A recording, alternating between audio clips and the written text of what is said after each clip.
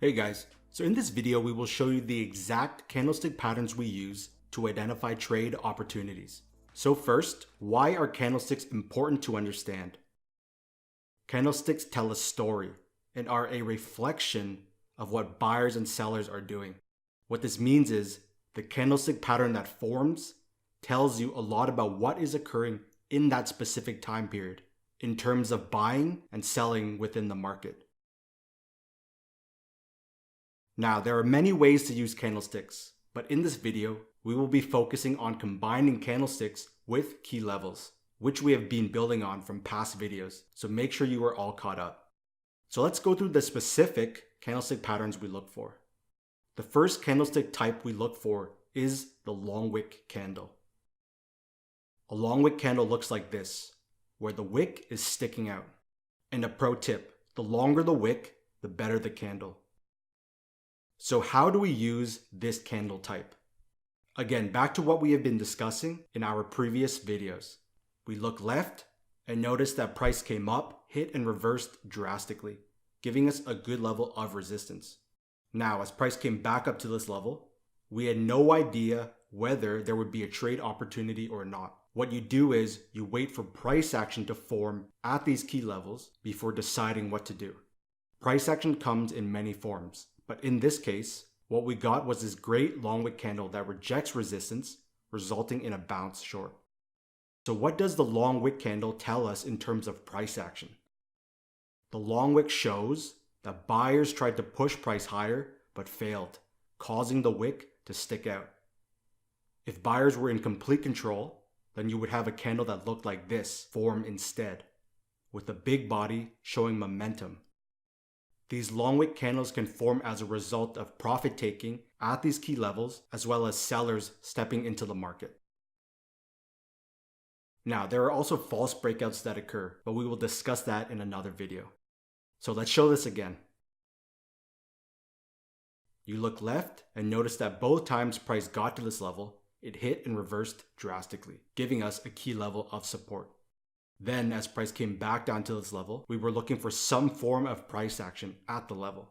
First, we had momentum loss through shrinking candles with a big candle, a smaller candle, and then finally you had this green candle form that is a very long wick candle, which shows that price tried to push lower but failed, which caused the very long wick candle close and then a bounce upwards. Now, moving on. So the second candlestick type we look for is the inside bar.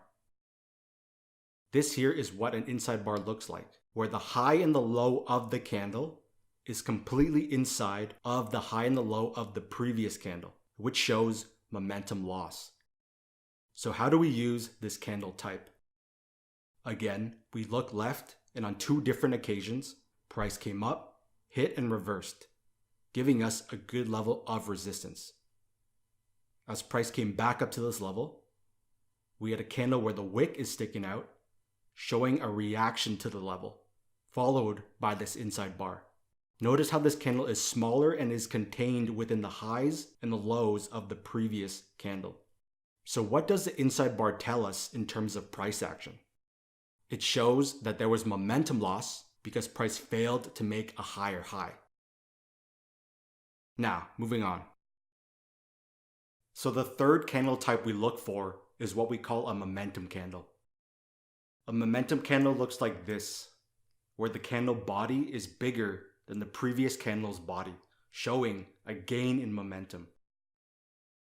So how do we use this candle type? We like to use the momentum candle after any form of rejection candle, such as after a long wick candle or after an inside bar. So here's the pound CAD. And again, we look left and notice that price came up, hit and reversed, giving us a level of resistance. As price came back up to this level, you had multiple long wick candle rejections of this level. Now, many traders will take trades right at these long wick candles, which is fine. But for more secure traders, you can wait for the bearish momentum candle, as it shows that sellers are actually stepping into the market, which causes the bigger body momentum candle to form. Now, moving on. So the fourth candlestick pattern we look for is multiple candle rejections. The name is self-explanatory. Multiple rejections means more than one candle rejecting a key level. So again, we look left and noticed price came up, hit and reversed drastically, giving us a level of key resistance. As price came back up to this level, look at the multiple long wick candles that rejected this level of resistance. 5 candles in total, where price tried to push higher but failed, creating a good short opportunity. So let's show this again. We look left and notice price came down, hit and reversed drastically, giving us a clear level of support. As price came back down to this level, we again had multiple candles rejecting this level of support. 5 total rejections, creating a good long opportunity. So what does multiple candle rejections tell us in terms of price action? It shows that price tried over and over again to push through the level but failed. In this case here, sellers tried 5 times in a row to break lower and through support but failed, causing these multiple long wick candles to form. So let's get into the psychology of all this. Think about this from a seller's perspective. If you got in short up here and held your position all the way down and noticed this level of support, in your mind, you were possibly thinking of closing your position. And once you see these multiple candle rejections, and as someone who understands price action, you were telling yourself this might be a good place to take profit. In contrast, from a buyer's perspective, you notice this level holding up, as sellers could not push price lower. And in your mind, you are thinking that sellers might be taking profit at this level, as well as other buyers possibly stepping in. Now, this is the key. The double action of sellers taking profit and closing positions, as well as buyers entering the market and opening long positions, causes these specific candlestick patterns to form. And once there are more buyers and sellers in the market, this triggers a reversal. This is a very important takeaway.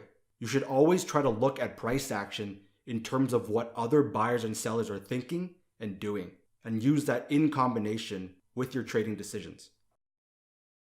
So the 5th candlestick pattern we look for is shrinking candles. And what we like to see is shrinking candles as price approaches a key level to show momentum loss. As you can see, price came up, hit and reversed, giving us a level of resistance.